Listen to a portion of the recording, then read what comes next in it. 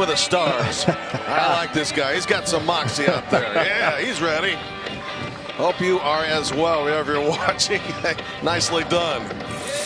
Let's set the stage here as Ohio and Illinois set to do battle. And Chad Taylor gets the ball to start with, as he'll face an Illinois lineup desperate for hits. What's Chad's best stuff today? Yeah, Chad's best stuff is a breaking ball. That's kind of his go-to pitch, especially when he's looking to get strikes. If he's not throwing strikes with the fastball, he can get back on track. Kind of a big game pitcher for this team, so he needs to step up today. Of course, this is the biggest game. You lose this one, you're going home. So Chad looking forward to this start today, but he'll be in about the mid-60s, but look for him to feature that breaking ball. Yeah, 63 is his top. Jack Paris will lead off. 1 for 5 in the regional so far. Then Ryan Lazuski. Luke Hickey to this point, 1 for 4, and he has walked 3 times. Ben Jarnicki had the big bases loaded triple in the loss yesterday. Then A.J. Kilberg, hoping to break out a little bit. Ethan Niewarmer, starting pitching in game 1. Jimmy O'Brien, Matt Carlin, and the outfielder in right field, Spike Gall. Here's Jack to lead it off. The pitcher, number 5, Jack Paris. So, an early pitcher versus pitcher battle. A quadruple header. Lots of baseball today and tonight. Let's get the party started.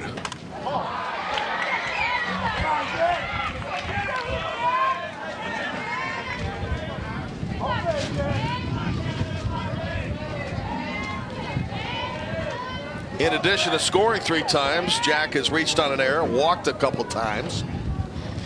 Does a nice job of getting on base, and that's what you expect out of your leadoff hitter.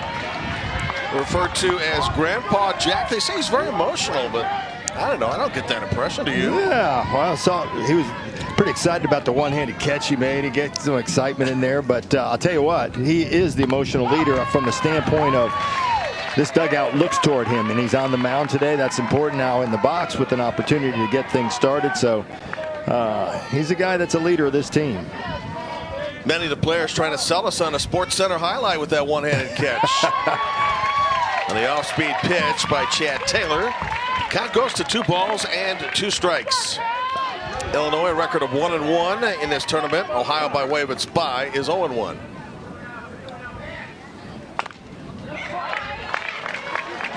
And of course, the Ohio coaching staff, speaking to them beforehand, distasteful of the format. I said, doesn't that usually happen when you lose? And they started laughing and said, oh yeah, if we had won, it's this best setup imaginable. Yeah, you know what's crazy though, it really works, it seems like works in their favor, and that's what other teams, you lose that first game, you get a day off. Paris base hit to start the game for Illinois, his second of the regional. Off the overthrow, no chance to advance. 2 for 6 now in the 3 games played for Illinois. But you were saying about Ohio and an advantage? Yeah, well, having the day off yesterday, and then they have to play a team that played 2 consecutive games already. So the advantage seems to go to Ohio in this situation when you talk about the pitching rest and everything else. So you lose the first one, you do get the advantage of having that day off. Ryan Lazuski, Zeus is 1 for 6, 2-run score. Going to follow your story with a non-baseball story. Rick Pitino, when he coached college basketball, Big East, was angry at the schedule maker 6 months after the fact. He meets him at Madison Square Garden, a tournament, season's long gone, and he's still upset about the way things were scheduled. Coaches typically aren't happy unless they're winning. Yeah. And I think Rick was winning. Well, the thing, it's funny to add on to that, we were talking to Illinois coaches before the ball game on how the kids reacted to the loss. The kids went to dinner that night. They were on their phones. Everything was fine. They said the coaches take it much harder than the kids do. So always, you know, the bounce back game today for Illinois should be okay for the kids. Coaches more anxious, I think. Absolutely, always. Ball and 2 strikes to the number 2 hitter in the Illinois lineup. Slow tap, going to be foul. Coaching at first, Dennis Jarnicki, director of research in his other life. At third, manager Matt Hickey. Joe Lasuski, who likes to jump over chalk lines, is on the bench. You know, we didn't mention it yesterday. I was driving in the parking lot after one of the games. We had a little break, and I'm driving the car in, and I see him in the parking lot. He's jumping the lines in the parking lot. Practicing, right? And he was probably probably 500 yards away from where he needed to be parked, and he was jumping the lines all the way over there. It was crazy. Probably a long jumper in another life. 2-2 with a man aboard and nobody out in the Illinois first. Good at bat for Ryan Lazuski, sporting some pretty good pitches.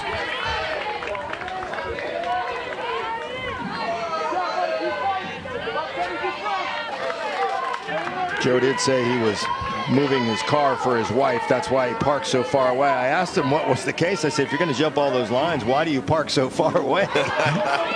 Swing and a miss, and everybody's going to be safe.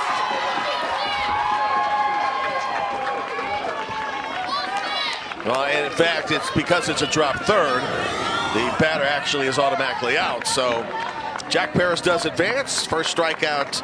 Chad Taylor hopes of many today.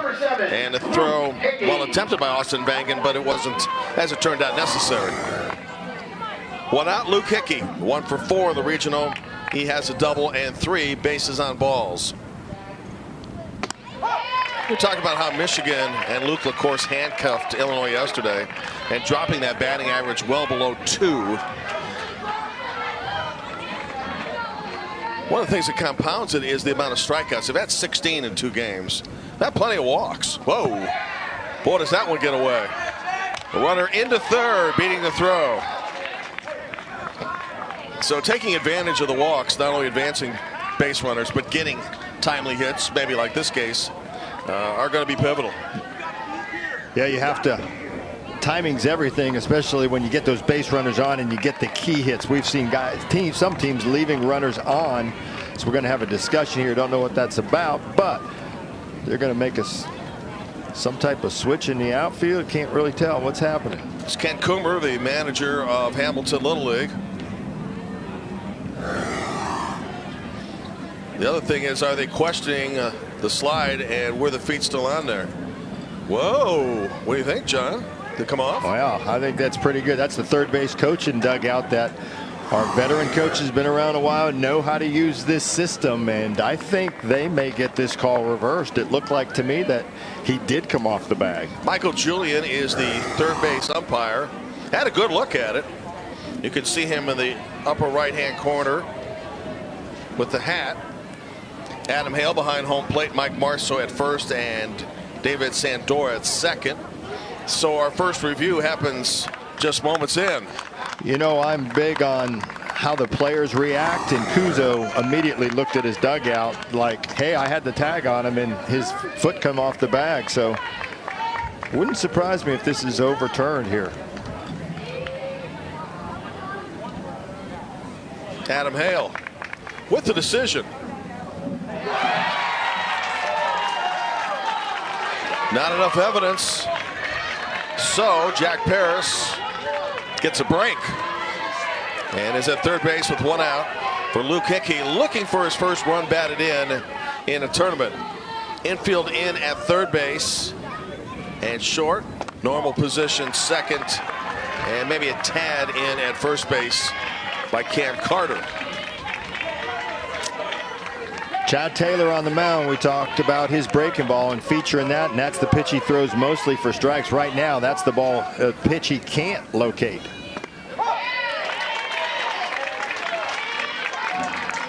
Count is even, 2 balls and 2 strikes.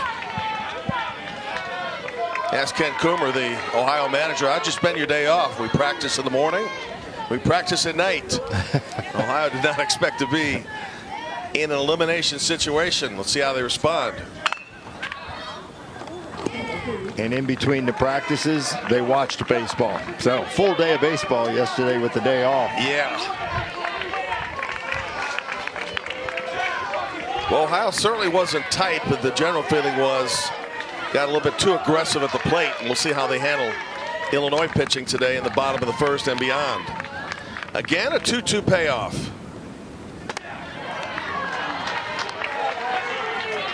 So when Chad Taylor is missing, your point is he's missing wide, very wide.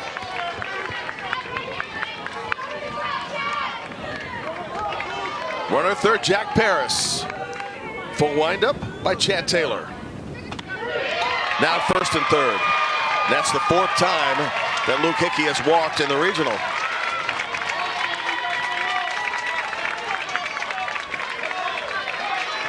Protector, number 10, Ben Jarnicki. Well, some umpires like to make the decision and get some drama and keep everybody on the edge of their toes, and a late call there and a strikeout. So instead of a walk, Luke Hickey out. So now 2 outs in the inning. As a player, I used to hate that when an umpire would do that. Yeah, well, I didn't Give me a catch it. decision. Ben Jarnicki now with 2 outs and a runner at third. The nice thing about it, umpires, you can put your own flavor to it. A lot of times the guys, if you don't hear them, sometimes they're saying strike, but then they wait to give you that signal with that right hand or right arm. Well, and Adam Hale's got the last vote on this too, so we've even seen the majors with some umpires with the delayed call. I missed it. We'll get the next one. Ben Jarnicki with 2 strikes hopes to get this one, and he'll step out for a moment as the sun starts to play peekaboo with the clouds and the wind is blowing out toward right center field. Caught! Great play by Preston Davis.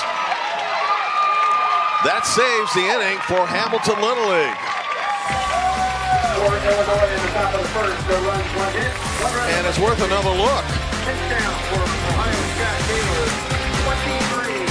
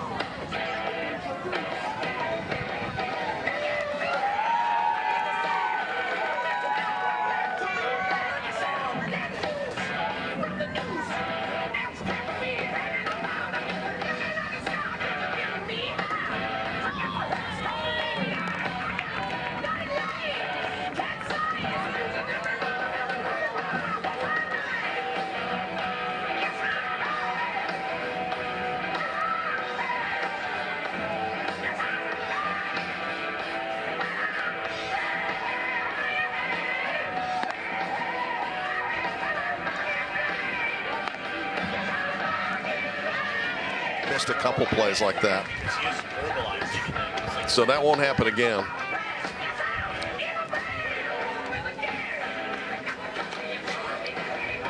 Grandpa Jack Paris, who started this game with a base hit, but was stranded as third, now takes to the mound. Whereas number 5 mostly deals with a fastball, has some change, and they're talking maybe a 65 pitch limit today for him, John. Perfect scenario. Yeah, they'd like him to go the 65 for an opportunity to be able to come back and throw. But Jack Paris, as we mentioned before, kind of the emotional leader on this team. Having him on the mound will be pretty good. You know he's going to be able to field his position. We've seen him at that shortstop position play extremely well defensively. So you've got a good athlete on the mound, and he'll set the tone. Matt Ponatoski will lead off. Then Akana Kuzo, Kate Bowling, and Peyton Davis 1 through 4. Cam Carter 5, and then the bottom of the order 6 through 9. The shortstop, number 5, Matt Ponatoski. Matt 1 for 4 and a strikeout. He has been stellar at the shortstop position. Let's see if he can get the bat going, and let's see how Ohio handles what the coaches thought was a problem against Indiana, which was getting too jumpy in the batter's box. Yeah, they described it as jumpy or anxious from that standpoint, especially getting through the number 1 pitcher. When they got to the number 3, 4 guy, they felt like that's when they needed to shine and get some runs and pick up runs late in the game. They didn't do it, so that was the focus all day yesterday, working on hitting and not jumping, being patient. But I also thought it was interesting that they said we are going to be aggressive, though. They get to 2 balls, no strikes versus taking the pitch. They're going to start going after some of those. Went after that pitch, and now it's out of the zone. Second time Matt has struck out in the regional. 1 out for Connor Kuzo. So at least at this point, pitch selection. Well, it's awful tempting to try to chase that high fastball, but more often than not, little leaguers don't connect. Connor Kuzo, third baseman, 1 for 3 and a walk.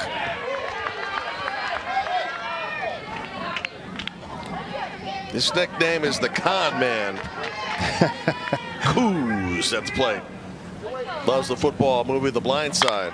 As a pitcher the other day, he had 10 Ks. Hits this one deep to center field. Hauled in, though, by Matt Carlin. There are 2 outs. So Carlin helps patrol that offense, or that defense, with Jimmy O'Brien and Spike Gall. Then it's A.J. Kilberg, Ethan Niewater, Ryan Lazuski, and Luke Hickey in the infield, and Jack Paris and Ben Jarnicki are the pitcher and the catcher. Illinois has, John, just 1 error in 2 games. They've been good defensively, good on the mound. It's all about run production, too. If you can get the pitching and defense, that's where you need to be. We saw Kansas in the Midwest region get bumped out yesterday, just not able to put enough runs on the board. They had some pretty good pitching yesterday. So we always talk, pitching and defense wins it, but you got to have that timely hitting to go with it.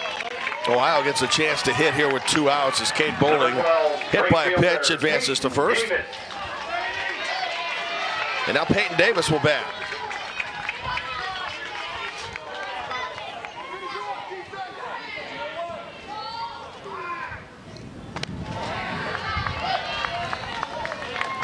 Davis 0 for 2 and has scored a run.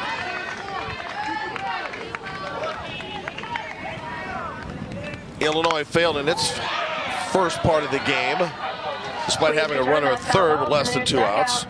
Ohio now with the runner with 2 outs after Cade Bowling, with a K, by the way, as he likes to say his name. He is at first base.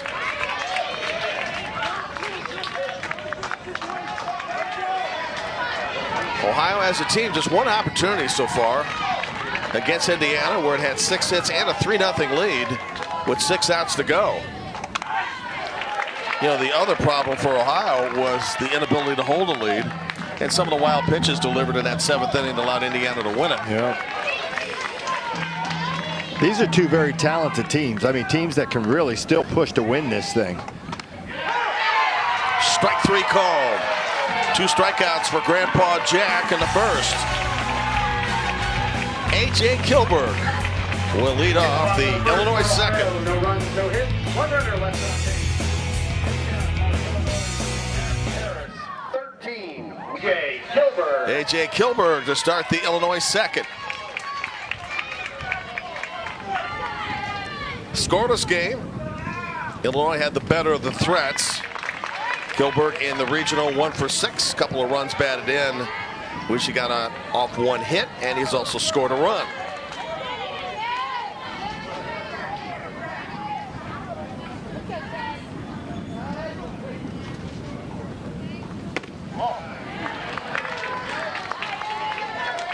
So we'll see if Chad Taylor gets off to a little bit better start than he did in the first. Really settled down at that end of that first inning and started locating his pitches a lot better. Got 2 strikeouts in the inning, and that terrific catch by Peyton Davis that saved a run. Sometimes you get that first opportunity in the regional, you try to overthrow a bit and start missing the strike zone, then you start to settle down. That strikeout number 3 as Kilberg is gone. Ethan Niewater coming to the plate. And another look as Chad Taylor's got it dialed in so far today. He's got it going now with that breaking ball. As we said before, he'll feature it all day, and if he gets that thing located, he'll be dangerous. Ethan 0 for 3 in the regional, couple of walks. High bouncing ball, first base. Pitcher covering. Well done by Cam Carter, and on the receiving end, Chad Taylor, 2 outs. Big league play right there. Good communication. Cam Carter with the nice flip showed him the ball, which is really good. You don't want to hide it as a first baseman. Let that pitcher know, here's the ball, and I'm going to toss it to you now. Make it nice and easy for the pitcher. It's a good point. Something we might not look for when reviewing a play like that, which in the majors is routine, but how often do you see sometimes The pitcher not getting over there quick enough. Yeah, it's all about communication too, and you really don't hear it, but catchers are taught to, when a ground ball's hit to the first baseman, catchers are yelling at the pitcher, get over there. Just reminding them all the time, because they've got a lot on their mind and a lot on their plate. Jimmy O'Brien, a big fan, as you might imagine, living and playing in Illinois, of Chicago stars like Michael Jordan and Chris Bryant and Coach Ditka and the Cubs, who survived Oakland last night, picked up another game on the St. Louis Cardinals. So now the lead in the NL Central's 2.5. Cubs are starting to get their act together. Still a long, long way to go, right? Well, you're a Red Sox fan, so there's still a long, long way to go. You want the season to go to November. Get a little help here. I want him to play the song we do at the beginning, Never End. Yeah. Summer that never ends. Sox did win last night. Off speed to Jimmy O'Brien, and he has a 2-out walk. First of the game, given up by Chad Taylor.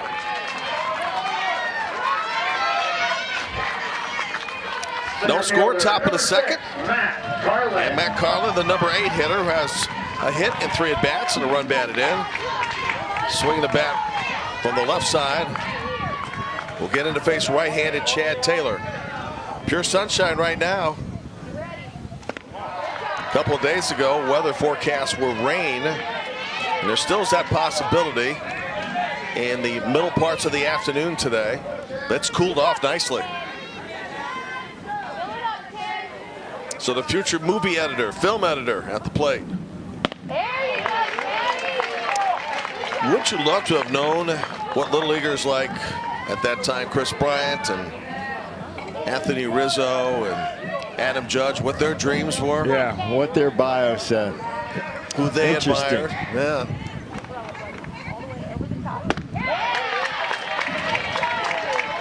Chad Taylor continues to mix pitches and is keeping Illinois nicely off balanced.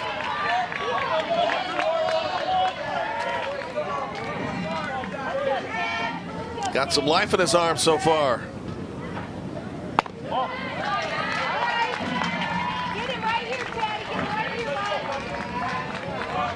Take a look at the outfield for Ohio. With that wind blowing directly from left field to that right field line, they're playing shallow. Cade Bowling out in left field and Brown out in center. The count is 1-full with 2 outs and a scoreless second. Here's a good look at how close they're playing to the infield. Pretty strong wind.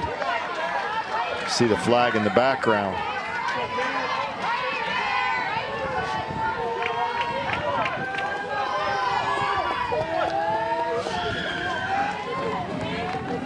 Here's the payoff.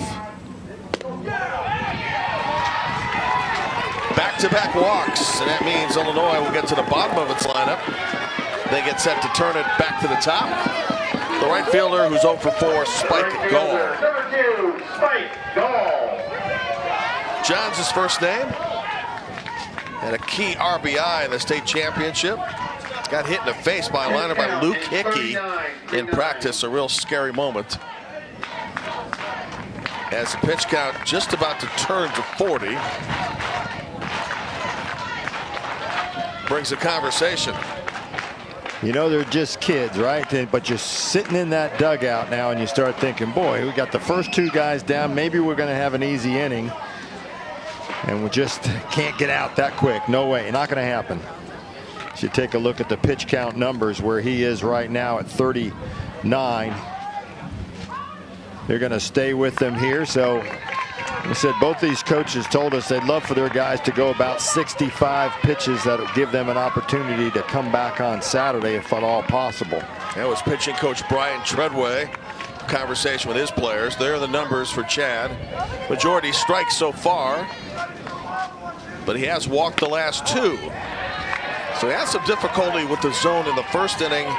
Looked really effective to start the second, but now he's struggling. Issuing back-to-back walks to Jimmy O'Brien and Matt Carlin, who are your base runners with 2 outs. So what happens when a pitcher is way wide? Tough to say. I mean, this is the first time we've had an opportunity to see him, but I've been watching that breaking ball. When he misses with the curveball, it seems like it just keeps sliding out of his hand to the right side. You can see him always kind of drying his hands off, it seems like. Sure, it's not sweat out there today, but maybe get some rosin and rub that ball down a little bit more, get a better grip on it. What do you think about nerves, perhaps? Maybe at first I thought that at the top of the first inning, but he's through an inning now, so. And he's battled back to even the count 2-2. And that was a good-looking fastball. All the talks about the breaking ball, but had some good pop on it. Let's see what his comeback pitch is here in inning 2.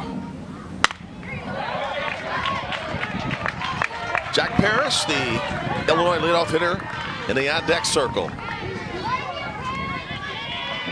Illinois in the midst of a 2-out rally. Can Spike Gall come through? Count now full.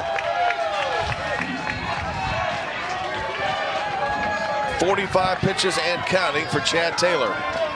And I would say, John, a big moment in the game here early. Yep.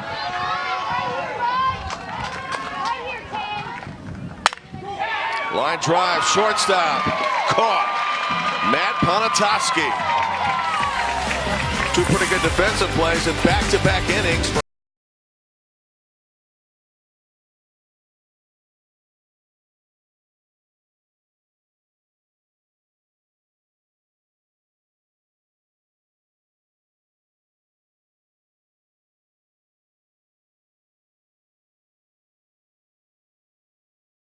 Official Central Region souvenirs and gifts are available in the souvenir stand. You'll find hats, shirts, and pins making great gifts for every fan.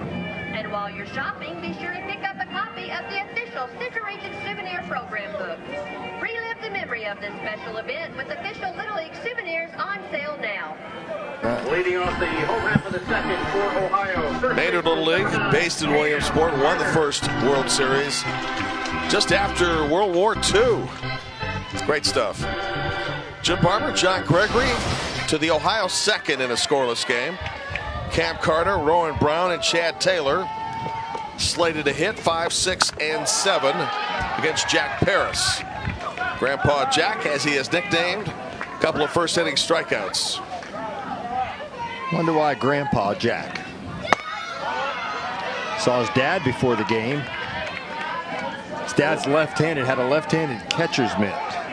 And a big grin on his face, too. Oh, yeah. Yeah, he was excited about his son's one-handed play the other day and the opportunity to be on the mound today. I was a little jealous being a left-hander. I always wanted to have a left-handed catcher's mitt. Really? Yeah. Are those rarities? Wanted to just mess around with it, put on the gear. My dad would never let me do that, though, so. And you've never forgiven him for it? No, I'm still hurt over that. I understand. 3-1 pitch to first base. Ooh, Kicky with a play. 1 out. Rowan Brown, the center fielder, and is only at bat 0 for 1. I was like the kid yesterday that kept telling his coaches, he said, I'm a switch hitter. You got to let me switch hit. Yeah. Coach was like, just sit down over there, and we're not going to discuss that. So that was kind of the treatment I got about trying to catch as a left-hander. I know the things that coaches hear over the years. All the advice they get from just their players. Again, completely unrelated, but when Dan Marino quarterbacked Miami Dolphins, his receivers were the March brothers, Duper and Clayton. And they always came back to the huddle saying they were open. Every time. Now, you're a former quarterback. You know what that's like. Every time. Trying to get the ball, it's open. We even had tight ends that said that. Yeah. Brown ducks out of that one. 1-2 in the waste pitch. Illinois got a base runner on right at the start of the game, failed to score. Then got 2 on in the following inning, failed to score. Ohio, as Cade Bowling reached, hit by a pitch with 2 outs in the first, but he was stranded. Game yesterday between Missouri and Kansas, terrific. Played in an hour 16, an elimination game, a 3-1 win by Missouri. And really just, you didn't get the feel that it was going to take very long because the control was terrific on both sides. About the cleanest game we've seen played as far as pure baseball goes. Kansas, while feeling disappointed and being eliminated, should be content with the fact that it played very competitively in its final game. Beautiful off-speed pitch, and Rowan Brown knew it. Grandpa Jack, strikeout 3. How about another look? Breaking ball. Number 10. Really nice. That's that 12-6 that you hear about. What's that mean, by the way? Well, picture just rolling a ball and it falls off the table. That's kind of what you want to see as a breaking ball. Just fall straight down versus going more side to So side. it starts at 12, as it would be on a clock or watch, then Correct. down to 6. Okay. You got it, versus a 12-3 or something, more of a slider. So the 12-3 would start at the top and then would just break away then, right? From like Correct. a right-handed hitter or Yes. something? At the plate, Chad Taylor, the pitcher, 0 for 1 in one game of regional play. Again, Ohio just played one game and had a 3-0 lead in the 5th before losing in extras 4-3 to Indiana, and then had to stay away for a day. Towards short. No problem. 46. Chad Taylor threw 46 pitches, and so Ohio will go to the pen. In doing so, bring in Peyton Davis. So they wait. We're not waiting for the number of 65 or beyond. And maybe it had something to do with the control, or maybe it's something it just felt we were comfortable with. Yeah, maybe he had a discussion in the dugout and said, just don't have it today, coach. So Peyton Davis, kind of a raw, hard thrower out on the mound. He's a 68-70 guy. So Paris grounds to third base, 1 out. Connor Kuzo with the first assist of the inning. maybe felt like they weren't getting enough strikes out there, and they wanted to get back in the dugout as quick as they can. So we'll see if get some strikes. First pitch, any indication, right across the strike, get the first out. Elimination game, as we talked at the beginning, John and I, for both teams. All 4 games today and our 2 tomorrow before ESPN steps in on Thursday are backs against the wall games as Time Warner Frames goes. Here's Ryan Lazuski. He's 1 for 7 in the regional. Has walked and scored a couple of runs. Got a dog named Zeus, so his nickname is the same. Very capable of coming in a game and closing it out as a pitcher. So 2 different styles, Peyton Davis and Chad Taylor. What's the most significant? Is it the speed? Yeah, I think so. I mean, besides the obvious of being, you know, that breaking ball, fastball type thing, we'll have an interest in how much he strikes that he can throw, how he locates. Strike 3 called. Illinois now has recorded 4 strikeouts in the game. That was a problem yesterday trying to hit Michigan pitching. And for the regional now, 20 Ks. Here's Luke Hickey. It's a different look for these hitters because Chad had that breaking ball where it's cutting into the right-handed hitters. Headed towards short. A long throw might get him, might not. Hickey beat it easily, and he has his 2nd hit of the regional. Illinois trying for a 2-out rally here in the 3rd. How about that play by Ponitowski at the shortstop position? Sweet. I like it. All in one motion and almost got him. That's a long throw for Little Leaguer and almost got the runner. It's a quality shortstop. They've talked a lot about Matt's skill set being ahead of the game. Number 10, the catcher, Ben Jarnicki. I was talking about the difference between the 2 pitchers you had. Taylor was a guy that could cut it in on those right-handed guys. It seems like Peyton Davis is a guy whose fastball will tail away from those right-handed hitters, or tail into the right-handed hitters, I should say. Makes it hard to hit when you get jammed on occasion. Ben Jarnicki had a 3-run triple yesterday And leads just about everybody and runs batted in with 5.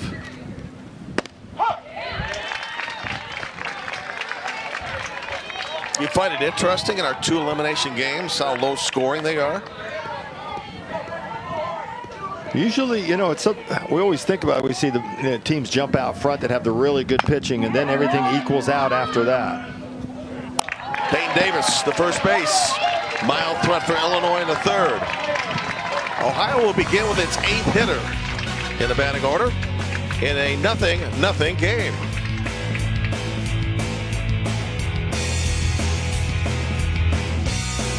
Sir Marty Brenneman for years as well before passing. Leading off the bottom of the 3rd inning for Ohio, second baseman number 6, Cade Cummins. Cade Cummins will lead off for Ohio in a game where we'll find out who's going to blink first. 0-0 headed towards short. Couple of hops. Ethan Niewaner, 1 out, and he has now handled a couple of plays so far. It's infield, both sides, solid. Yes, Niewaner, we mentioned it yesterday and the day before, just will play multiple positions, see him at 3rd, 2nd, short, and handles them all very well. Now Austin Vangen. They were chatting with the Illinois coach as part of the game how close the game with Michigan was until bullpens came out of both sides and Michigan bats came alive and the game was over. But 1-1, and you really had the impression that maybe Illinois would find its way to surprise Michigan. Matt Pontoski will bat next.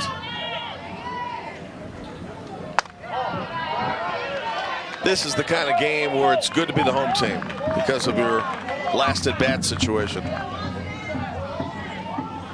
And as we've talked before, not necessarily the place that Ohio likes to be. They like to be in the visiting dugout. You know, I don't get that. And you all recall the Indiana game where Indiana's last at bat resulted in a win, but some coaches are more comfortable trying to get the jump.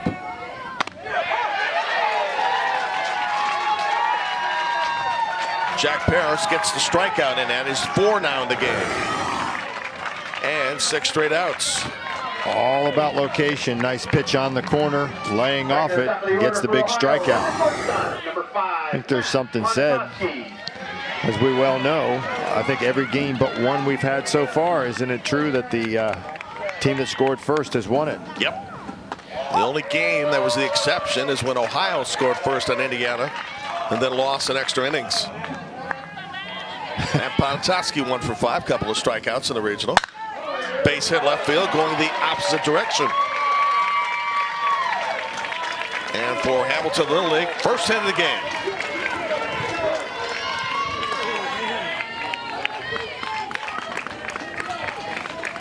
Ironically, the team that most favors the thought of being on a visitor's side to score first, and they didn't win the game. Yeah. But as you mentioned, the only time somebody has scored first and not won.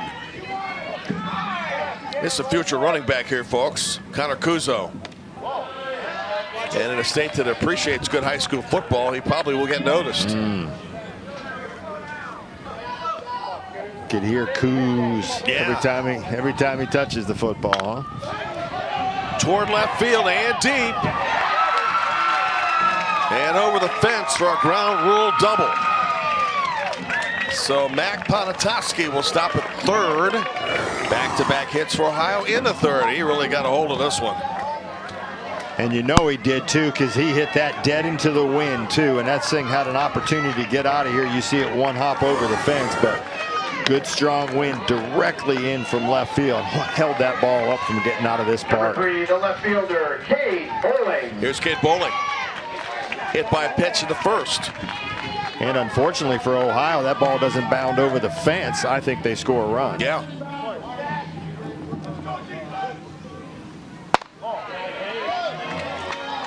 Certainly Ohio's best scoring opportunity here.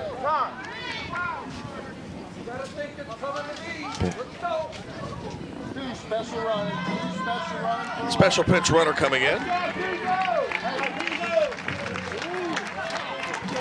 Taking over at second base for Ohio is a special bench runner. It'll be Eli Wolpert.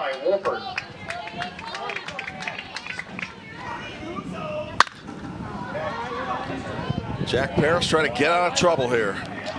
Immediately when we get a runner on third base, my eyes drop down to our scorecards here to see, okay, who's behind the plate. Ben Jarnicki, who's been very good blocking balls, and Jack Paris has been a guy that hasn't thrown a lot in the dirt, but with the runner on third. Off the change, Paris is going to get out of the inning. Ryan Lazuski to Luke Hickey.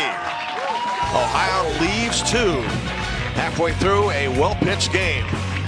And as we get to some of the bigger innings. Well, it's going to see if we get to second level, third level pitching. Peyton Davis steps in right now, has done a fantastic job there. It's can these hitters find a way to finally get on and get in. Ohio, unfortunate last time with the ground rule double because of that ball going over the fence. That eliminates the runner at third that would have scored easily. So they were fortunate. Unfortunate where Illinois got the favorable bounce there. A.J. Kilberg, the third baseman, starts the Illinois 4th. And fortunate indeed, otherwise it would be 1-0. This one dying in center field. A.J. has his second hit of the regional and 8 at-bats and a good start to the Illinois middle inning. Well, let's see if some small ball starts to be played here where we're going to move guys over, knowing how important maybe 1 or 2 runs will be in this ball game. Yeah, 1 might be enough. Hitting for Illinois, number 9, Dutch Navigado.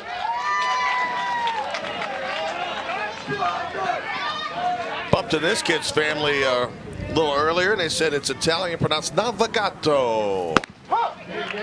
Okay, Dutch, here's your chance to start with a man on first, nobody out. Illinois now with 3 hits in the game. Towards second base. The force at second, the relay to first. In time, double play. Kate Cummins, Matt Ponatowski.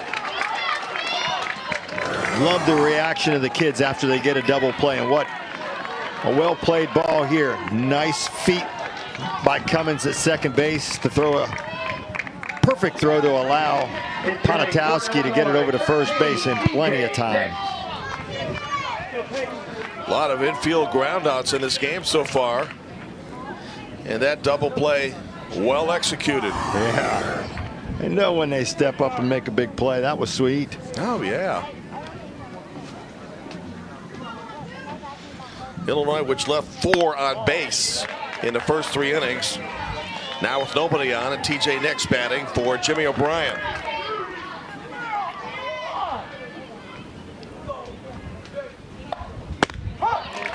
Glancing at the Ohio 4th, it'll begin with Peyton Davis.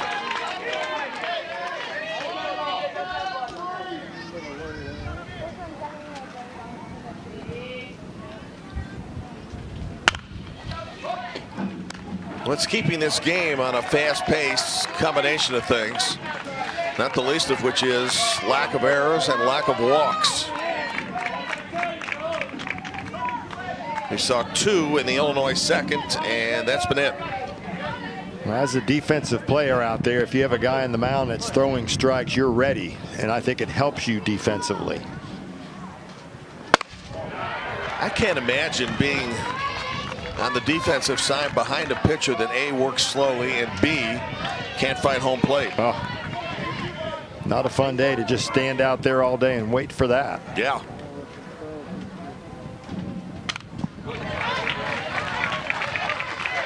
When you're a little kid, you don't mind because you're probably looking around in the grass and checking out ants and flowers and maybe picking a couple of weeds, but start getting into the course of games, and it matters a lot, makes a difference. Especially when you're in step 4 of that step 5 to get to the Little League World Series, and this regional is step 4 of that. A very big step 4. Full count delivery. Strike 3.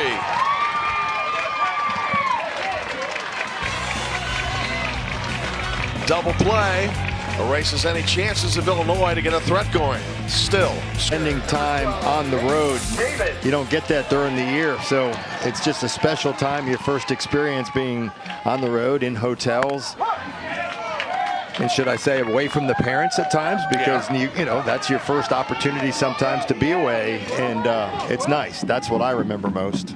Never had a chance to travel, never made an all-star team, but the one thing I liked and echoed some of the kids in their biographies is the night games. I always thought that was just the coolest. Yeah.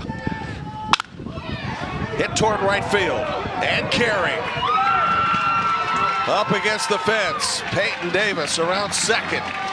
Now into third with a stand-up triple. Great start to the Ohio fourth. Spike Gall was playing him shallow. Boy, not a big swing, but quick through the zone, and he lifted this thing to right field. And you're right, that wind kind of helping toward right field, but not blowing out, blowing across, and that thing still carried out there. It's the strength of Peyton Davis. And John, Illinois realizing the importance of that hit brings the infield in. This one, though, won't matter. Base hit opposite way, Cam Carter trying to stretch it into two, and he is safe. Ohio jumps out 1-0.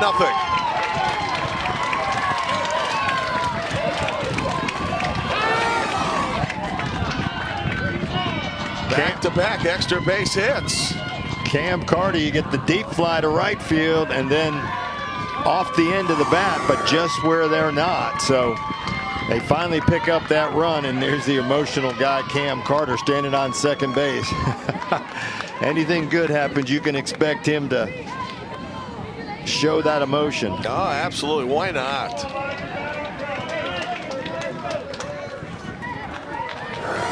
Speaking of which, after the slide, which was safe.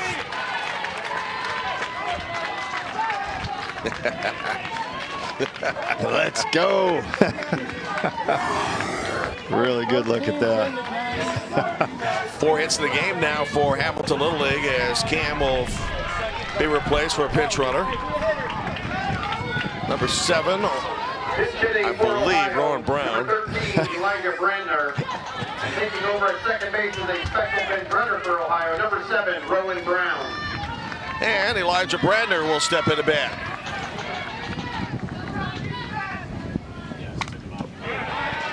Tim Nickteen, one of the Ohio coaches, told us they're going to try to be a little bit more patient at the plate.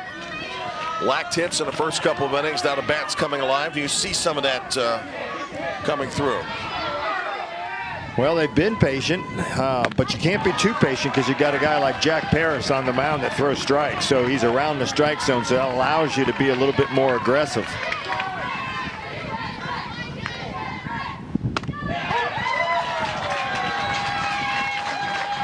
Home plate umpire Adam Hale rings him up. So Elijah Brandner, the pinch hitter, is out. 1 out in the 4th.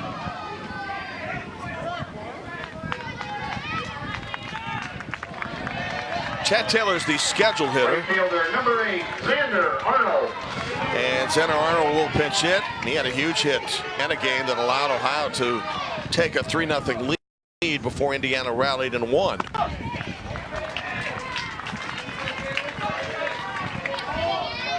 Peaking at the Illinois 5th, 8, 9, and top of the order hitters. Towards short will freeze the runner for the moment. They get 1, but can't get 2. Wait a minute. Is a runner safe at first?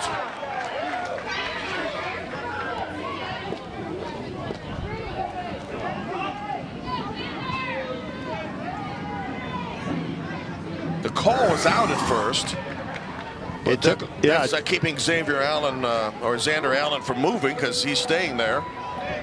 Took a long time for the indication at first base, so our eyes came off of it for the play at third base, so I wasn't sure if he was out or safe or what the call was, and watching the close play at third base, but we're going to get a review here and we'll get it right. Big moment of the game as Ohio tried to stretch its 1-0 lead. Adam Hale with the headset on. Let's take a look at the isolation of the runner right here, and you can make the call. I don't know, John. I was wrong once, but I looked like he was safe to me. On the other end, a bang play. Right on. A.J. Kilberg tried to get Cam Carter advancing. Yeah, I think he's safe at first base, and I think he's safe at third base.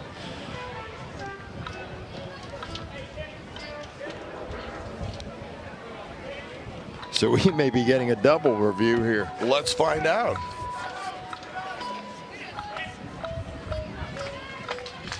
Challenge was for the play at first base. And it would have to be Illinois that challenged the other call at third. Correct, sir. Infield hit. Xander Arnold, first and third with one out. Ethan Ewater had a tough play. Boy, Xander Arnold going down that first base bag, and now I think we're going to get the review of the third base call. I thought the one at first was with the potential being overturned. I thought the one at third was the right call. You know, it was interesting. If you watch that play at first base, Arnold, as he's touching the bag, he's almost touching the middle of the base. Okay. As you're getting older, what you want to learn is to touch especially it's going to be a close play, you want to touch that front part of the bag, get you there just a little bit quicker. So how about two different reviews on one play? Whoa, look at this. I wonder if they're even considering, would that be a head first slide? Interesting. Hey, we could take another look and he try to slid, determine. but he's reaching with his hands. That's kind of a in between there too. I wouldn't want to make that call.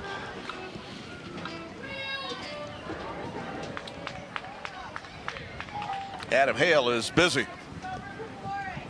This will stand. So let's bring you back to reality here. Ohio, on an overturned call, has a runner at first and the runner at third with one out. Illinois loses the challenge on the second try. You get two unsuccessful tries. And Eli Wolpert will step in as a pinch hitter.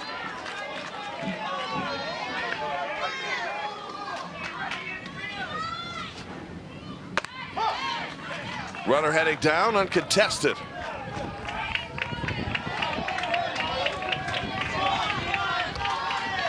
So now let's see if they pull the infield in, and that's the decision of manager Matt Hickey.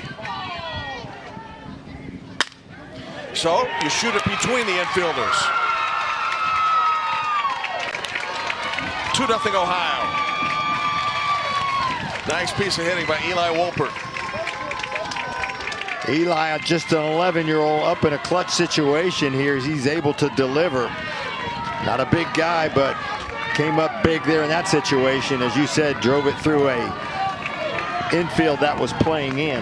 That's always the gamble that you take, but in a game where you trail by one and you're getting late, actually in this case trailing by two, it's exactly what you're going to do. Yep, have to do it. Pitch hitter is Brooks Treadway. Turned 12 years of age, couple days back. This Ohio team is about as young as any team in this tournament. A few 11-year-olds on there and guys just turning 12. Gosh, remember last year and previous years we were talking about the number of players that were 13. Right, yeah, and I think that we've seen some scoring cut down and the ability to hit home runs and a lot of the things that 13-year-olds can do that a 10-year-old are not doing. That's a good point. 3-1 toward left field and foul.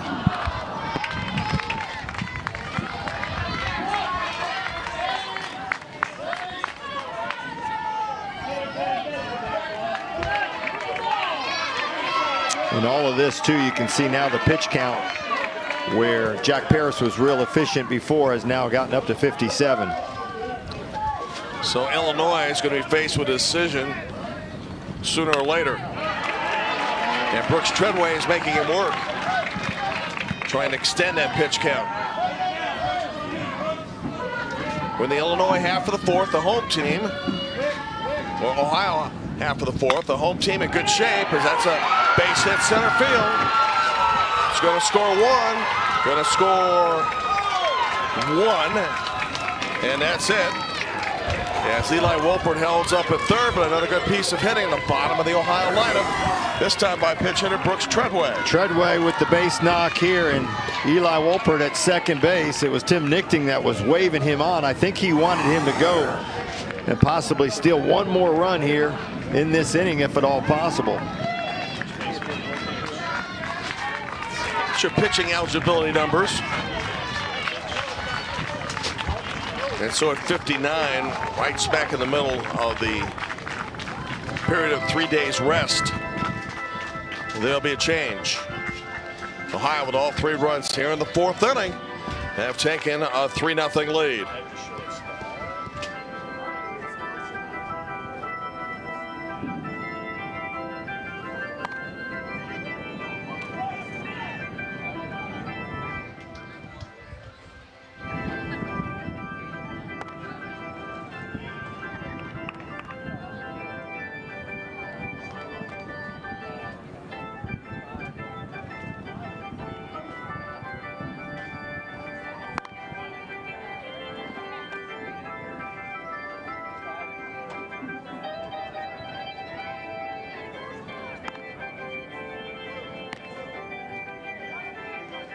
Pitching change for Illinois. Taking over on the mound, number 7, Luke Hickey. Now playing first base, number 4, A.J. Kilberg. Now playing third base, number 8, Ethan Niewaner.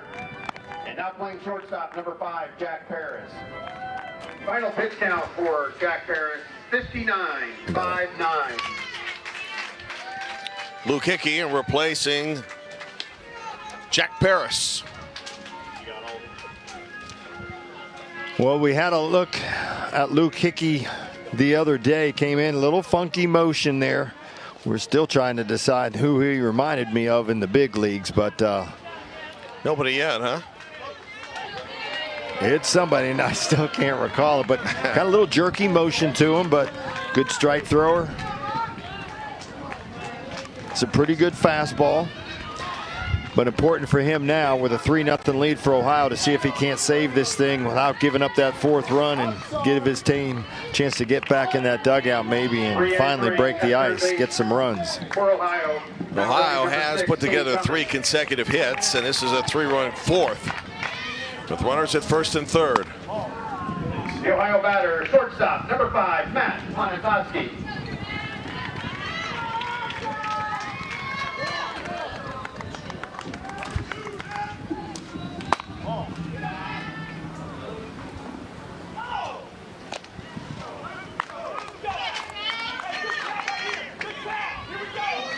You can hear the coaches in the background, how enthusiastic they are.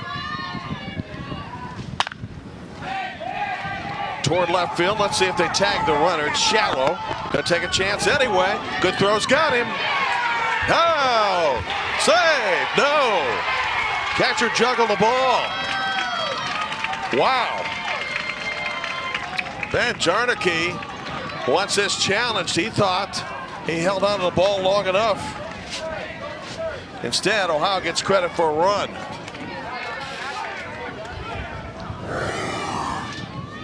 Wow, bang, bang play again. It looked like he timed it up perfect, came off the bag. The tag was, wow, I don't know. Looked like he was reaching for it. The tag was there, and watch, then the right hand goes to the glove here. Looked like a transition. I have to give you the benefit of the doubt here. I think this may get overturned as an out. He gets tagged right in the face, and then if this continues, he goes back, sneaks to the plate, and again, he reaches down and gets tagged in the face twice. Yeah, I believe that's Jimmy O'Brien in left field. That was a terrific throw, by the way. It was right on the money. Had to battle the elements simply because of the fact that the wind has been a factor so far here.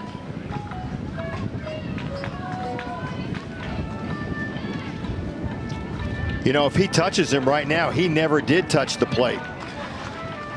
So the home plate umpire made the call. Did his left hand, his hand never touched.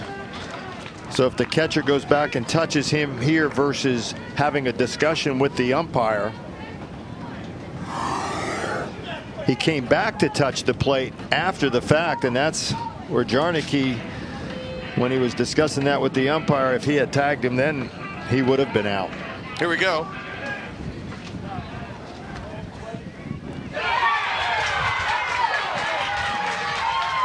So, John, you are correct again.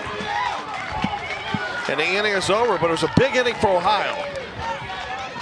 That turns, by the way, into a double play from O'Brien to Jarnicki. 3-0 after 4, Hamilton Little League.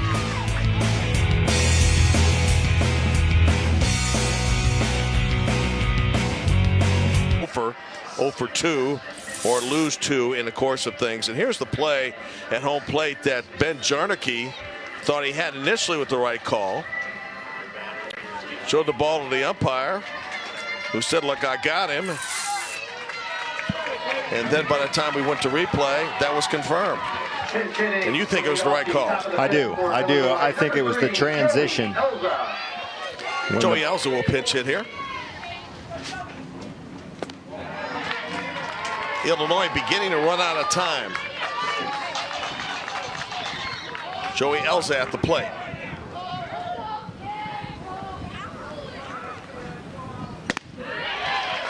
One last thing, you go back to that play.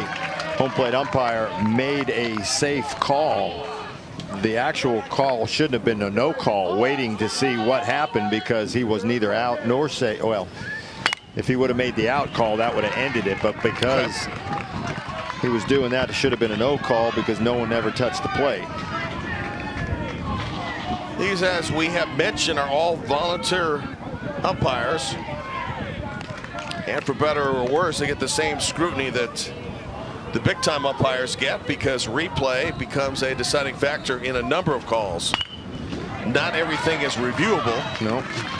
But there's sure a lot of things that are. And they should get a lot of credit, because of the calls that they've been making. Like that call at third base was really close, bang, bang, but they got it right. There's not many calls that get overturned, so they get the majority of the calls right. And for volunteer guys out there doing what they're doing, they should be commended for that. Now, when you played baseball, you were the best at flattering umpires, I'm sure, to make sure that you kept them on your right side. As a former first baseman, you can make friends down there. Yeah.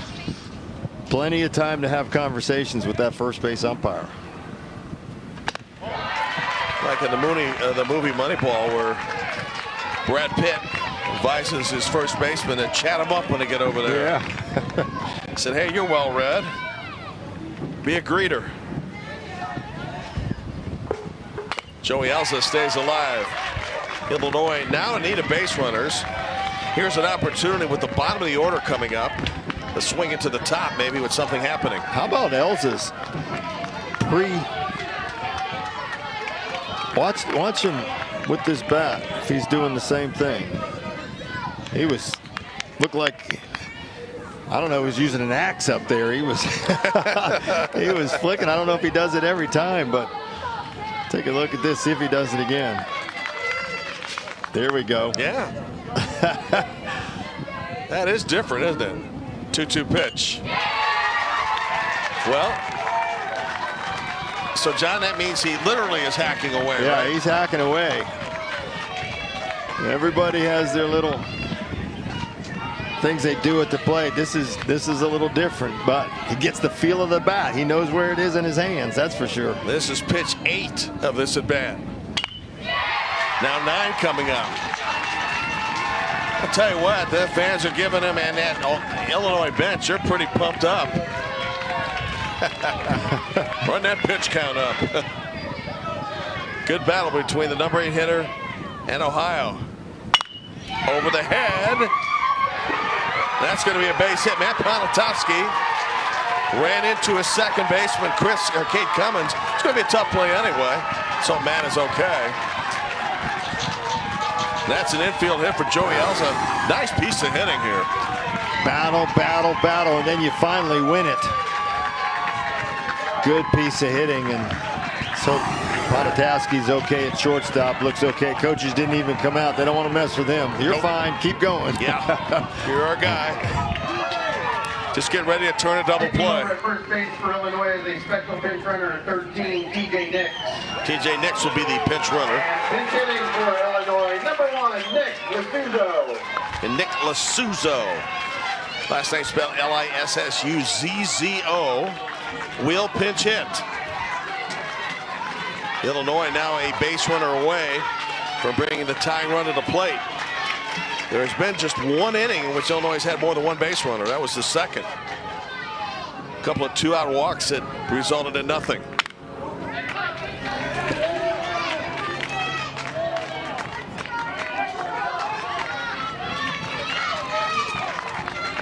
All right, throwing Peyton Davis.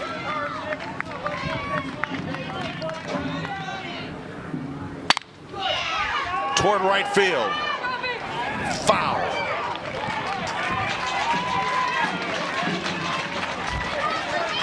Terrific effort out there in right, by the way, by Xander Arnold.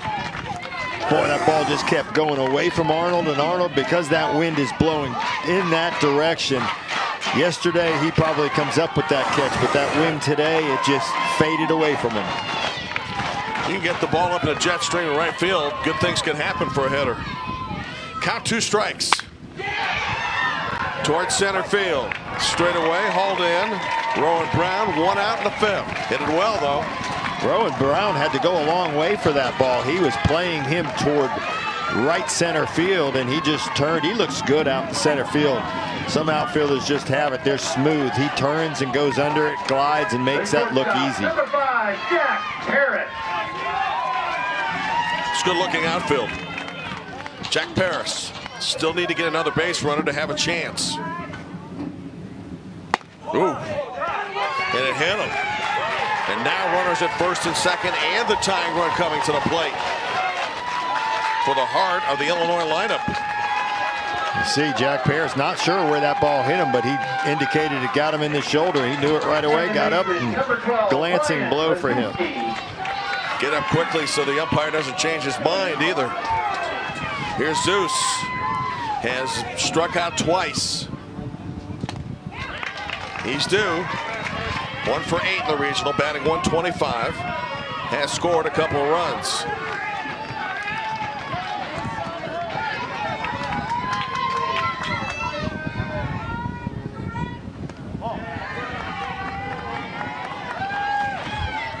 Ohio, all 3 runs in the 4th. Illinois trying to battle back.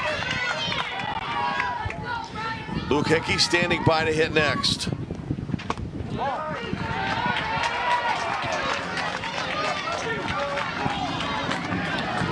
The wind has really picked up.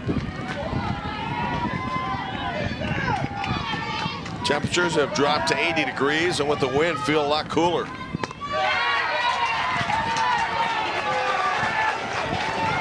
Peyton Davis pitch away from loading the bases.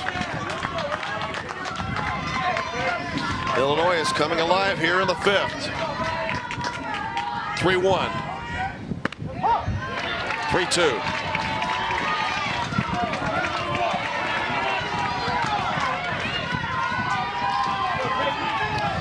Runners at first and second. Illinois needs 3 to tie.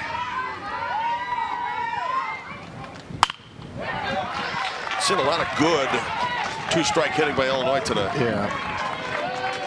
Battles at the plate. We saw the previous hitter doing everything he can, really driving up that pitch count too. Not what Ohio wants to see either, because if they're going to go on to win a game, they want to be able to get guys back to be able to throw, not use up this entire staff. Certainly. Big strikeout there for Peyton Davis. 2 outs in the Illinois 5th.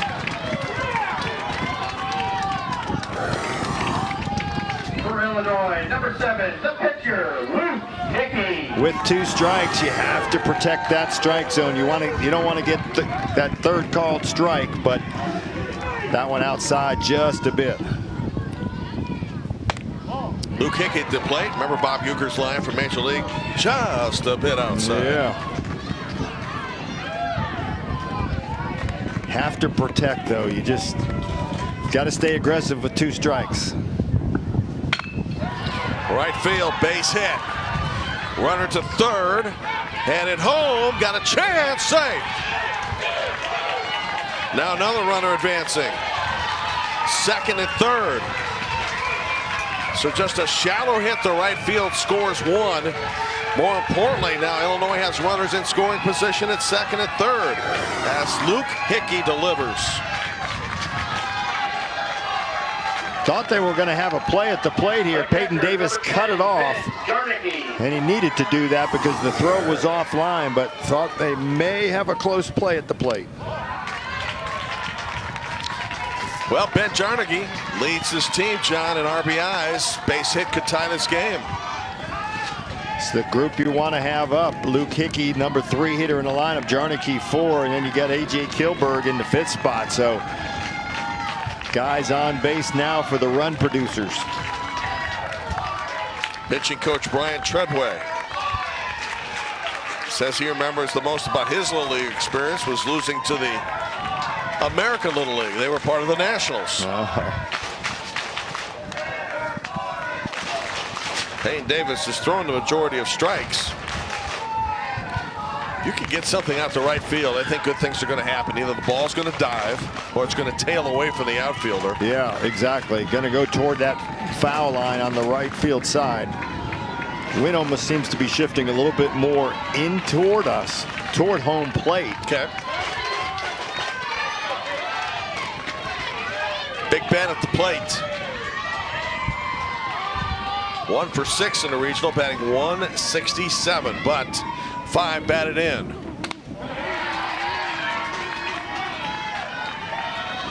Faces a count of 2-0.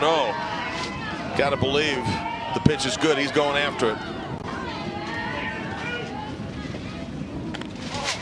Ball 3 now. Do you turn him loose? I think you take this pitch here. Anytime you can get to 3-0 in Little League, probably taking this pitch.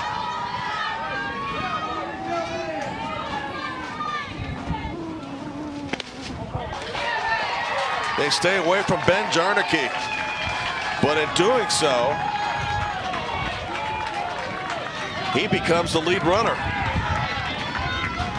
The potential leading run in this game.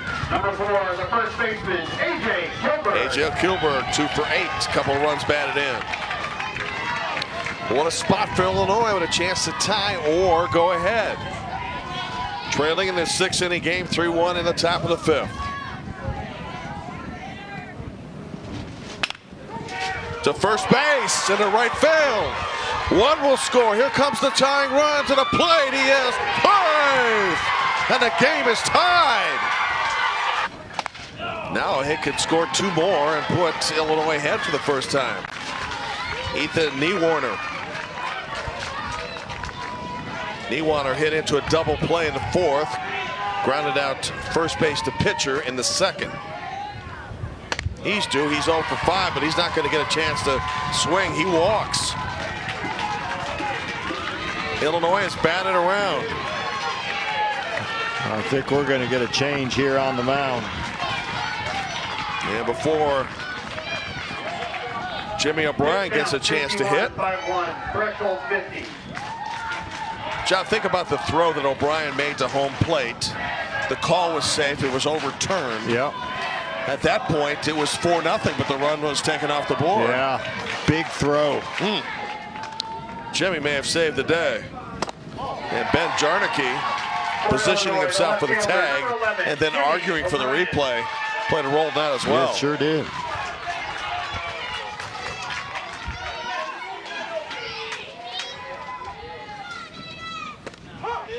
We have had 2 equally well-played games in our elimination games. You know, those things can get out of hand and be sloppy with a lot of walks. Ladder pitchers in the game, not necessarily your strength. Not in the case of either. Now, what I think makes it, when you get down to your number 3 or number 4 pitcher, if those guys are throwing strikes for both teams, it'll make it for an interesting game because it's more of a pure Little League Off the wild pitch. A break for Ohio. The lead runner, Ben Jarnicki, cut down. 3 in the inning, though, for Illinois. We're tied going to the bottom of the 5th. What was that? Disbelief right there. Look, he's like, oh, you got to be kidding me. Yeah, I don't blame him. Oh.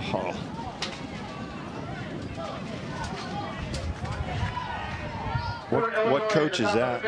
3 runs on 3 hits. Is that Hickey? Maybe. It is Hickey. Yeah, look at him shaking his head. Inning 36. Game total 55. 5-5. Wow. Defensively for Illinois, re-entering in center field, number 6, Matt Carlin. And re-entering in right field, number 2. Wow, what a grand opportunity miss. I got those two, Josh. Thank you. Please do not pull or tug on the netting in front of the stands. Thank you. The fans are getting so emotional there. They're going to tear the place down. Another no. Another no. Ladies and gentlemen, Before leaving, it's 3-3 tie. we ask that you dispose of your trash in the proper containers as you exit the stadium. Okay. Trash cans are conveniently located. After we don't let you do anything, please clean up. Clean up after yourself. That you can do. Which cars again? 2. Little League staff member. Thank you.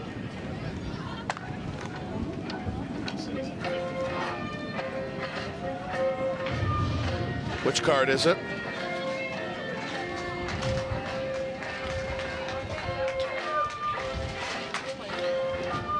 It's a journey to the Little League World Series, and it starts in T-ball. Visit littleLeague.org/T-ball to learn how to give the youngest Little Leaguers the opportunity to have fun and learn the game. And what a game this has turned out to be here in Little League. It's an elimination game. On the road to Williamsport, Ohio leading 3-0 before Illinois struck for 3 in its half of the inning, and both Ohio and Illinois have had a runner cut down at home plate in the previous innings. Here's Connor Kuzo, who doubled in the 3rd inning.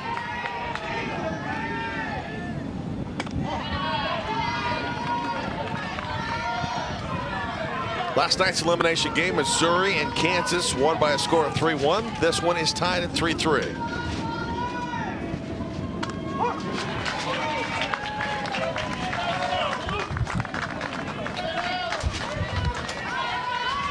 Nebraska and North Dakota playing for their opportunity to move on will come up next. And that is slated for 1 o'clock Eastern, 12 Central. Hope it's as good as this one. Yeah. Been really fortunate to have such competitive and, for the most part, well-played games. Connor Kuzo, Cade Bowling, Peyton Davis are the 2, 3, and 4 scheduled hitters for Ohio in the 5th. Here's where you can't get caught up in the excitement if you're Luke Hickey on the mound. You don't want to overthrow. Base hit left field. Potential lead run aboard to start the bottom of the 5th. And Kuz now with his first hit in the game. Number 3, the left fielder, Cade Bowling. Here's the left fielder, Cade Bowling. 1 for 5 in the regional, hit by a pitch earlier in the game.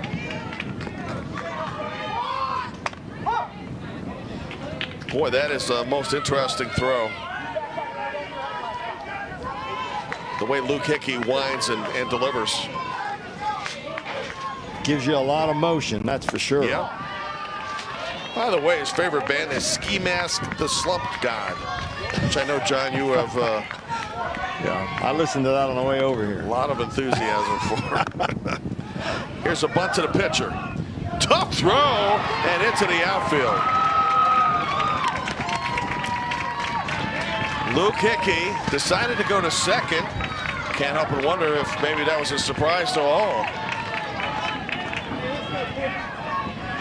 Boy, Jack Paris is really upset with himself.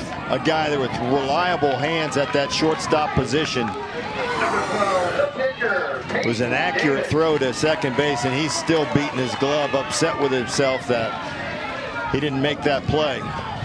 He knows he's talented enough to do that.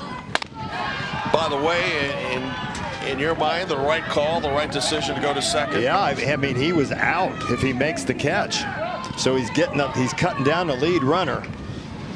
Peyton Davis pops it up. Short right field. Good catch by Arnold. Off the overthrow, though, nobody can advance. That was a good catch, rather, by Spike Gall. And fortunately for Illinois, off the errant throw, nobody able to take an extra base. But there's one out. It's a big out. Spike Gall, not a big guy out there in right field, but he's got one heck of an arm. And he covers ground, too. Yes, he's a very good right fielder. He let that thing go. Cam Carter 1 for 2. Had an RBI double in the 4th and also scored. Big chance for Ohio here in the 5th. Connor Kuzaro at second, Cade Bowling at first. Boy, nobody will feel better getting out of this inning than Jack Paris at shortstop. We said, how many times we said he's kind of the emotional leader. You could see his emotion on that, not letting it bother him anymore. That's the good thing about it. I mean, he's let it go now, but he was emotional with himself, just aggravated knowing that it was a kind of a routine play for him. It's a good picture of him right there, just banging that glove here. Come on, come on, hit to me. Oh yeah, let me make up for it here. And that's the sign of a good player. Yeah. Not afraid of the moment, even at age 12. Count now, 3 balls, 2 strikes. On the left-handed hitter, Cam Carter. Got a chance for Ohio to go back in the lead. Cambino, though, takes strike 3. And so, Luke Hickey has battled back. And now there are 2 outs in the inning. How about Luke Hickey on the mound battling? He got a couple lefties up there, throws another breaking ball, and locates it on that outside corner in a huge strikeout. Now Elijah Bradner, who struck out in the 4th. Re-entering for Ohio, now batting number 13, Elijah Bradner. Ohio still with a chance to take the lead, but now down to its final out. Brander with a big body. He's a guy that's hit a couple home runs in the district tournaments and the state tournament, so he's a guy that can find a gap somewhere, and there's a huge space out in right center field between the outfielders. With a hitter's count now 2-0, we were told today by Ohio coaches, 2-0 doesn't mean we're taking today. No. Perfect spot to be aggressive. Towards short. Everybody's safe. Jack Paris did a nice job of preventing that ball from going to the outfield, but it was a tough play.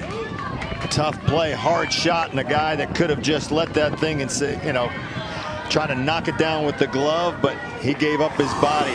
Really good job of getting that ball down and saving a possible run. Jack will be tagged with an error, so now they're loaded.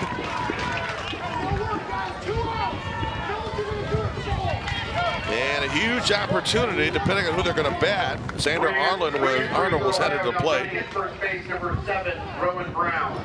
Rowan Brown will be the pitch runner for Eli Bradner, who basically came in for him. Right now batting for Ohio, number 10, Chad Taylor. And Chad Taylor, who swung the bat in the 2nd and grounded out, has a chance to put his team ahead.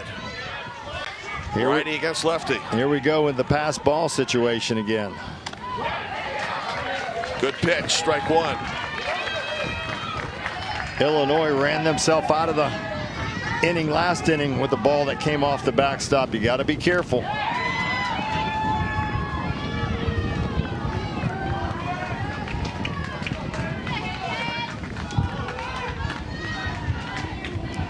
Chad Taylor, the starting pitcher today for Ohio. Toward left field and out. Ball, 2 strikes.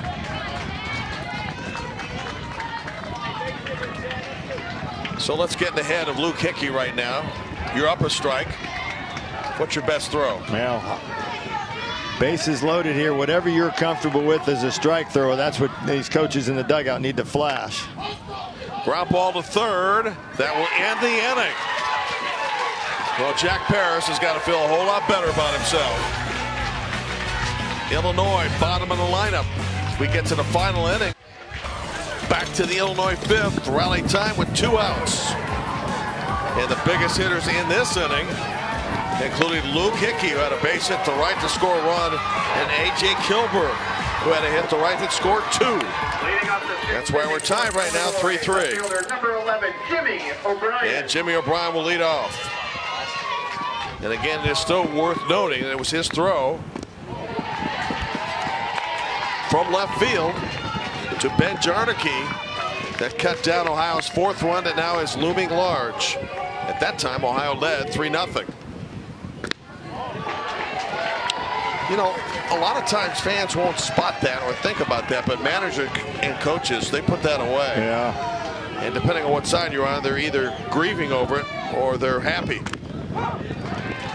Think about, too, the ball that bounded over the fence in the ground rule double that took away a run from Ohio, too. Or they'd have an extra one on the board from that.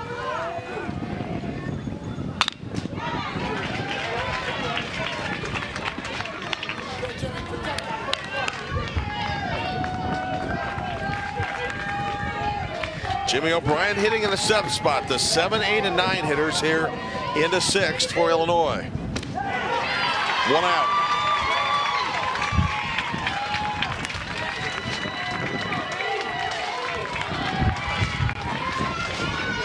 Well, Ohio may prefer to be the visitors in games, but it's this tight of a game, as you watched the strikeout moments ago, that allows you to appreciate, John, that you get the last at bat. Sure does. Because if they can get on a inning without giving up a run, they can walk it off in the bottom of the 6th.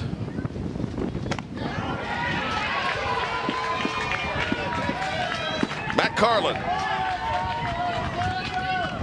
And his only at bat walked. He is 0 for 4 in the regional with 3 strikeouts.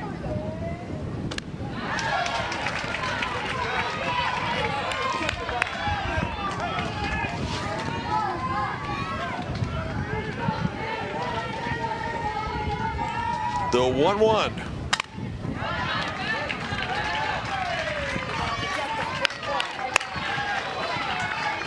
Today's lineup includes Nebraska, North Dakota at 1 Eastern, then Wisconsin, Indiana at 4, South Dakota and Missouri at 7. All win or go home games.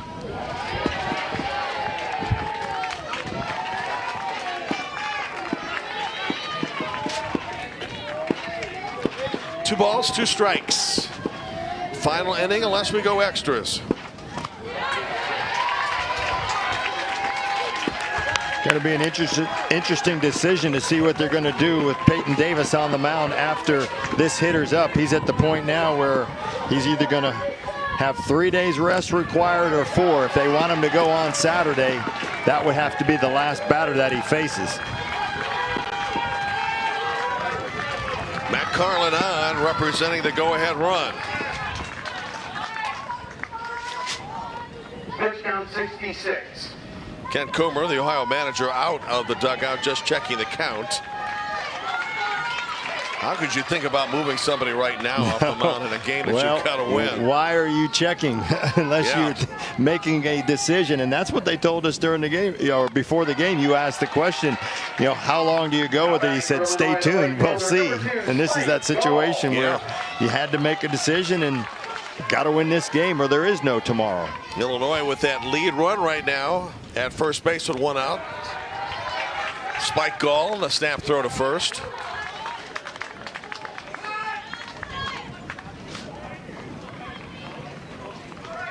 And now manager Coomer to step out to the mound for a conversation with Peyton Davis and the rest of the infield. You're allowed 1 visit in the inning, and he will actually take the ball from Peyton.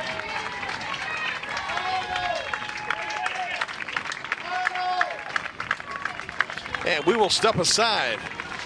Back to some drama here in the 6th inning of an elimination game.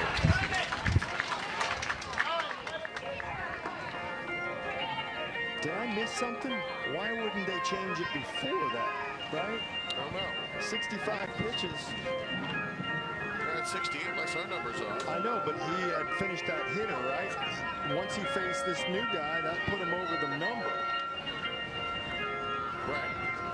So now he has to wait 4 days.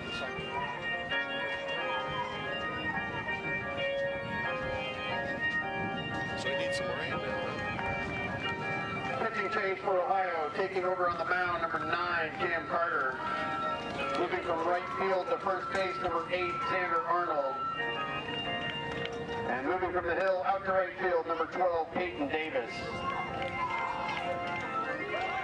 Final pitch count for Peyton Davis, 68-6-8.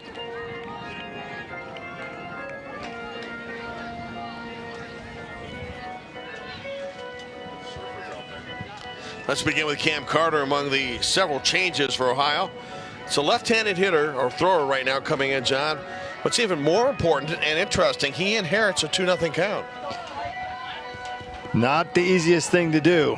You got to get that concentration. No, you can't afford to get any guys on free either in this situation. But what they say about him, he's kind of a crafty lefty and a guy that's a spotty guy that they can bring in key situations like this. So they're going to rely on him to try to get this count back in their favor. Facing another lefty, Spike Gall, 2-1.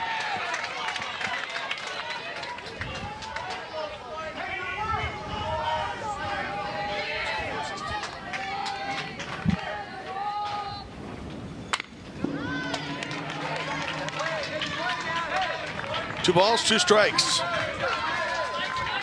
Ohio with 3 in the 4th, Illinois 3 in the 5th, and now the go-ahead run at first base in the top of the 6th.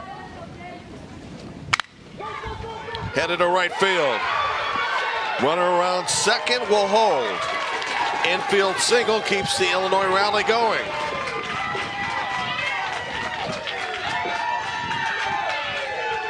And turns it back to the top of the order, and Jack Paris.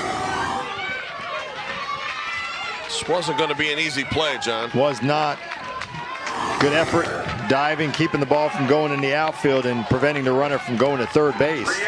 Still a big play, even though just because you don't make a play, you knock it down. That turns out to be very good. Yep. Illinois, the shortstop, number 5, Jack Paris. Nicholas Souza will pinch run at first base.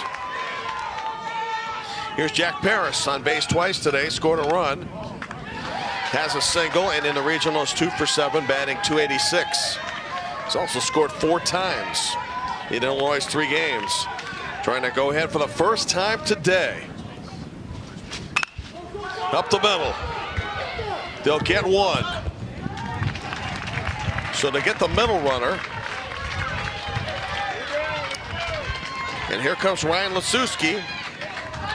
And Zeus is due. He's 0 for 3, and he has struck out 3 times. Batting .111 in the regional, 1 for 9. This becomes an important batter for Cam Carter to get.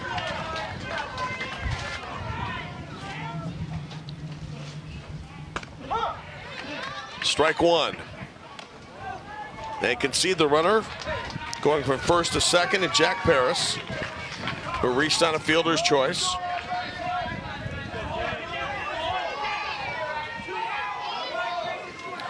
And Ryan Lasuski got a hold of one. 0-2.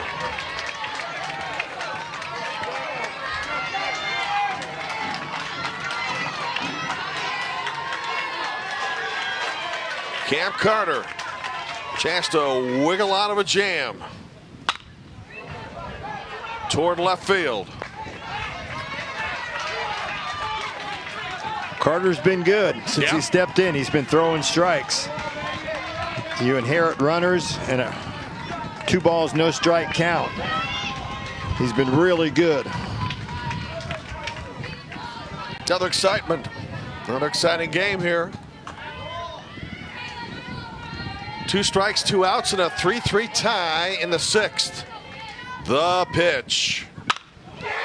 Towards center field, dropping. Illinois is going to go ahead. Around second base and into third. Ryan Lasuski after striking out 3 times, delivers.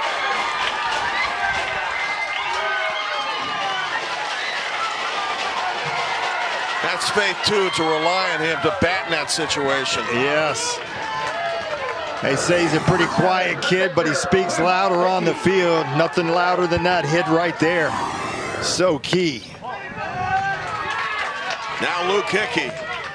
After trailing 3-0, Illinois now up 5-3.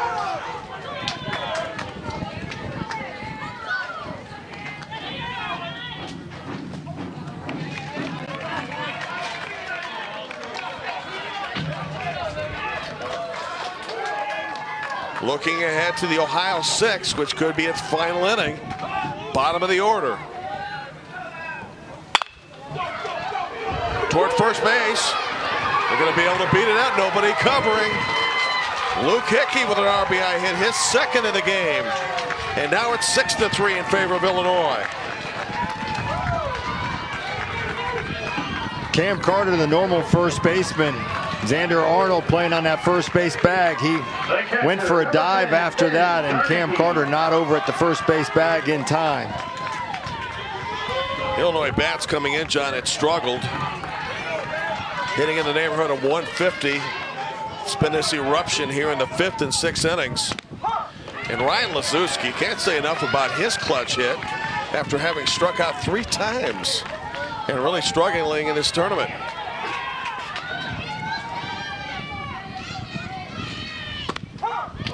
Ohio will still have a chance, but will need 3.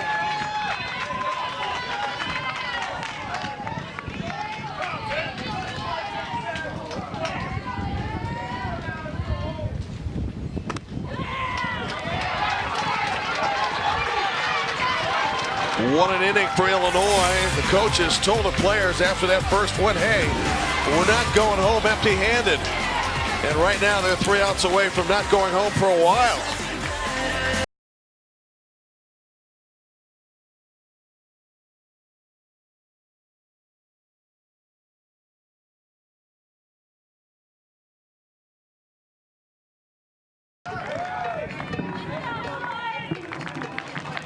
The 6th. Ohio trying to battle back. This one up in the sun and dropping and caught.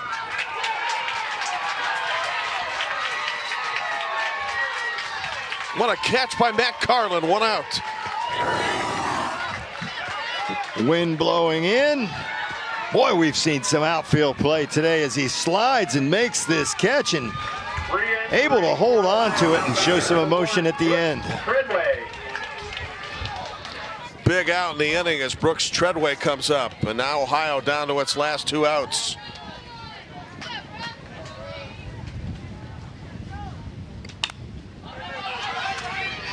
Popped up, out of play. The winner of our game moves on to Wednesday at 2 o'clock to face the Wisconsin-Indiana winner, which goes later today at 4 Eastern. More importantly, it remains alive in the tournament. Brooks Treadway just trying to find a way to get on. Ohio needs base runners. This is where that patience that they were talking about, you need it here. Tough to take pitch, especially now that you've got 1 out, but you've got to find a way to get on. 3 balls to strike.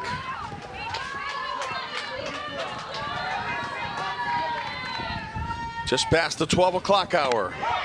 3 balls, 2 strikes.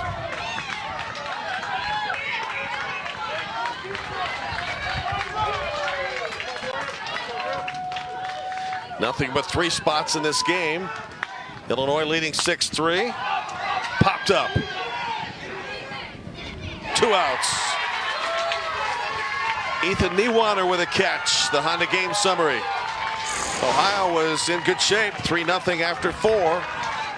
But then 3 in the 5th, followed by 3 in the 6th. Luke Hickey's had a huge day with 3 hits and a run and RBI. And now River Forest, Illinois is an out away as Ohio gets back to the top of its order, and Matt Ponatoski.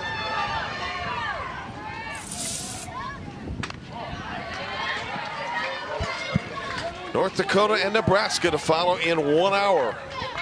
Luke Hickey with those 3 singles today and with an opportunity to close this thing out on the mound. And really with one of the more unusual but entertaining deliveries.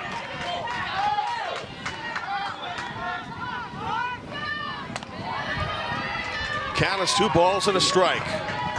Connor Kuzo hoping for a chance to hit next. There are 2 baseballs out there. I believe you can only play with 1. Yeah.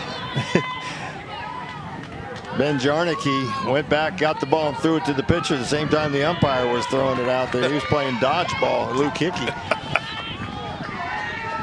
2 balls and a strike. To left field, this could do it. Illinois stays alive with a 6-3 come from behind win here in Westfield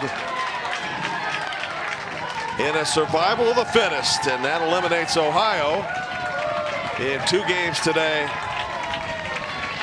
A terrific year for Hamilton Little League, and probably a stunning ending considering that in 2 games it had leads of 3-0 with 6 outs to go. Yeah, tough loss on not only that first game but the second game for Ohio. But you got to give credit to Illinois. That team just battled back, stayed in there, and this is a team to be reckoned with now that they get a little bit of a rest too. And hats off to Ken Coomer, Tim Nichting,